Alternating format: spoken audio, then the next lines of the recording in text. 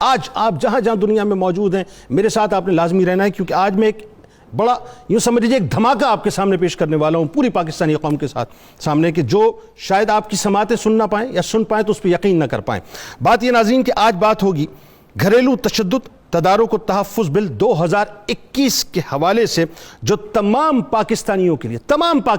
لیے اس وقت جہاں جہاں مجھے بیٹھ کے وہ سن رہے ہیں، ایک ریڈ الرٹ سے، ایک دھماکے سے ناظرین کم نہیں ہے۔ یہ پاکستان کے خاندانی نظام کے خلاف انتہائی بھیانک ترین سازش بھی ہے، جس کو قانون بنا کر ایک بم کی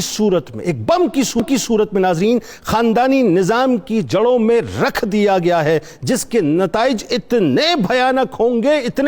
ہوں گے جس کا تصور کرنا محال ہے۔ ناظرین کرام، بات یہ ہے کہ میں ایک عام پاکستانی مسلمان باپ بھی ہوں۔ میں اس وقت کسی اینکر کی حیثیت سے آپ سے بات نہیں کر رہا، ایک عام پاکستانی باپ کی حیثیت سے بات کر رہا ہوں۔ میں ایک عام پاکستانی مسلمان شوہر بھی ہوں ناظرین، جو پاکستان کے خاندانی نظام کو، والدین اور اولادوں کے تعلق کو اور میاں بیوی کے رشتے کو صرف اور صرف قرآن و سنت کی روشنی میں دیکھنا پسند کرتا ہے۔ میں اس اسلامی جمہوریہ پاکستان کا شہری ہوں جہاں اولادوں کے نام کے آگے الحمدللہ آج بھی ان کی ولدیت لگی ہوتی ہے۔ میں اس مغرب کا شہری نہیں ہوں جہاں اکثر انسانی وجود ولدیت تلاش کرتے پھرتے ہیں۔ ناظرین کرام، یہ بل جس کے بارے میں بات میں کرنے جا رہا ہوں، یہ بل 19 اپریل 2021 کو قومی اسمبلی اور 21 جون 2021 کو پاکستان کی سینٹ میں انتہائی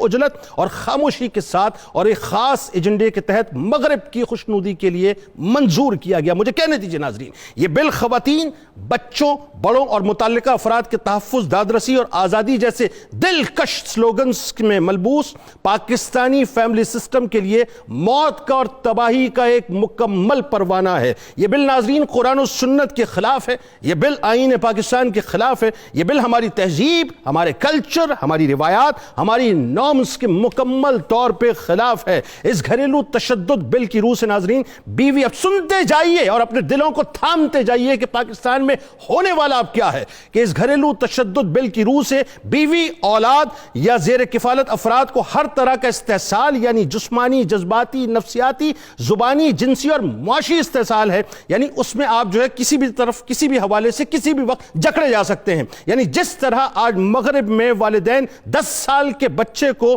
اصلاح کی غرض سے گھور کے بھی اگر دیکھ لیں تو پولیس سے فوراً جو ہے وہ پروانہ آ جاتا ہے، پولیس آپ کو لے کے چلی جاتی ہے، پھر آپ پولیس سے نمٹتے پھرتے ہیں۔ یعنی اسی طرح سے ناظرین، جس طرح سے مغرب کے اندر اولادوں کے لیے والدین کو چوکیدار بنا کے رکھ دیا گیا، اس سے آگے کچھ نہیں، یہی صورتحال اب پاکستان کے اندر نافذ ہونے والی ہے۔ یعنی اسی طرح اس قانون کے مطابق تربیت، بیرا روی سے روک ٹوک اور ان کی اخلاقی اصلاح کا جو اختیار شوہر یا والدین کے پاس تھا، اسے اس قانون کے اندر مکمل طور پہ سلب کر لیا گیا ہے۔ قانون یہ بھی کہتا ہے کہ بیوی، اولاد یا خاندان کے فرد کے نجی معاملات میں، انورٹڈ کاماز میں لے لیجئے ناظرین ان جملوں کو، نجی معاملات میں، ان کی خلوت میں بے جا دخل اندازی کا حق شوہر، باپ، چچا، تایا یا سرپرست کو حاصل نہیں ہوگا۔ یعنی وہ دروازہ بند کر کے آپ کے سامنے جو کرنا چاہیں وہ کر سکتے ہیں، یعنی وہ اپنی خلوت کے لمحات میں جسے چاہیں، یعنی جیسے چاہیں اپنے بوائے فرینڈ یا گرل فرینڈ کے ساتھ انجوائے کریں، ان کو پورا حق حاصل ہے۔ آپ سوال کریں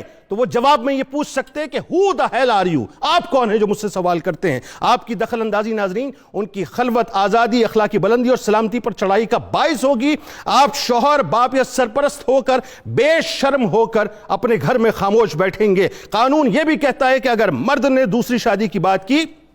تو وہ دراصل دھمکی تصور ہوگا، یعنی وہ بدکاری کرے کوئی ایشو نہیں ہے، کوئی سوال اس سے نہیں ہوگا، لیکن اگر وہ دوسری شادی کی بات کرے گا تو دھمکی تصور ہوگا۔ بلکہ مرد اپنی زبانیں مکمل طور پہ اب سی لیں، کیونکہ قانون یہ کہتا ہے کہ میاں بیوی کے رشتے میں اب مذاق بھی بے عزتی تصور ہوگا اور باپ کا مذاق بچوں کی توہین یا تضییق سمجھی جائے گی۔ اگر اولاد یا بیوی نے کہا کہ میری نگرانی یہ تعاقب کیا جا رہا ہے تو اس پہ بھی اس کی سرزنش ہوگی، قانون متحرک ہوگا۔ نجی زندگی، آزادی اور سیکیورٹی کو شوہر یا والدین سے خطرہ تصور کیا جائے گا، یہاں تک تباہی ہے ناظرین، یہاں تک تباہی ہے کہ اگر کوئی مخبر اطلاع دے دے کہ فلاں گھر میں شوہر بیوی کے ساتھ یا باپ بچوں کے ساتھ زیادتی کر رہا ہے دشمنی میں یا اپنے کسی ذاتی مقصد کے تحت، تو اس پر بھی ایکشن ہوگا۔ اور ایکشن کا معاملہ کیا ہے ناظرین کہ تعزیریں لگیں گی، سزائیں دی جائیں گی، یہاں تک ہے کہ 3 سال کی قید بھی ہو سکتی ہے، 1 لاکھ روپے جرمانہ اور اس سے آگے کی بھی بات ہو سکتی ہے۔ معاملہ یہ ناظرین کہ جب جو چاہے جس وقت چاہے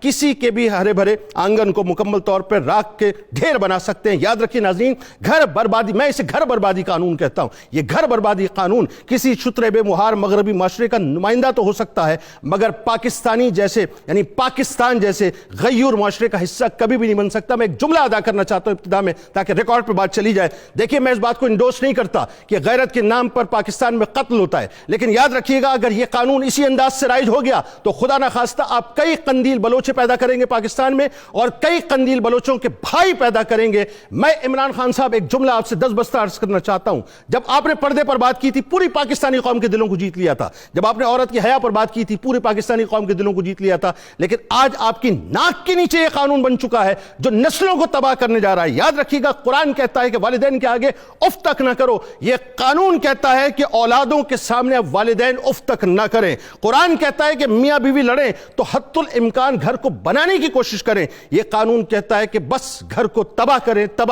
اور تباہ کریں۔ یہ دراصل مغرب کا ایجنڈا ہے جو پاکستان کے اندر اب اس بل کی صورت میں رائج کیا گیا ہے۔ اسلامی نظریاتی کونسل اٹھے، علماء اٹھیں، تمام اینکرز اٹھیں۔ ہم بجٹ کے اندر تقریریں تو بہت کرتے رہے صاحب بجٹ کے موقع پہ اور کاپیاں پھاڑتے رہے، آئیے ذرا آپ دیکھیں پاکستانی معاشرے کے پرخچے کیے جا رہے ہیں، پاکستانی معاشرے کی فیبریکیشن کو پھاڑا جا رہا ہے۔ اب اس پر ہمیں آواز اٹھانی ہوگی۔